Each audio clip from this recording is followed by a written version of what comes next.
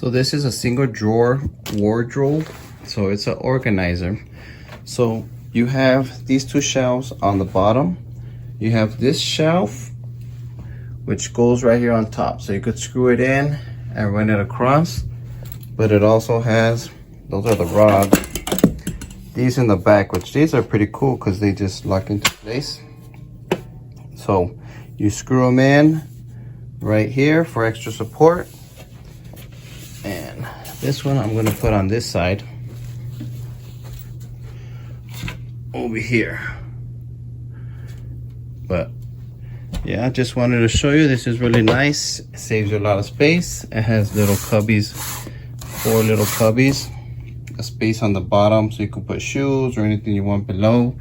This is that single drawer, and it has shelves that you could adjust. It has all these little holes right there that you just move the plastic and put them in place. So really nice. These hanging rods, you have 3 of them, and you screw them in. It gives you different options here, 2 at the top, and the same thing on the other side. This one actually has more. You could put it here, here, here on the bottom, or in the middle across. So this is really nice. Highly recommended. You don't have to put in your closet, but I just wanted to organize my daughter's closet. Here's the shelf. You could also put it against a wall if you have a studio with no closet space. So there you have it.